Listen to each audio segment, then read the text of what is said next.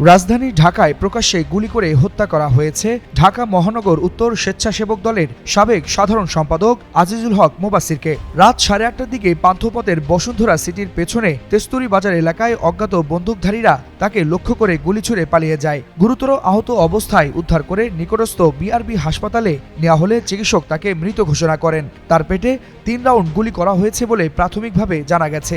এ ঘটনায় সুফিয়ান ব্যাপারী মাসুদ নামে 40 বছর বয়সী আরও একজন গুলিবিদ্ধ হয়ে ঢাকা মেডিকেল কলেজ হাসপাতালে চিকিৎসাধীন আছেন।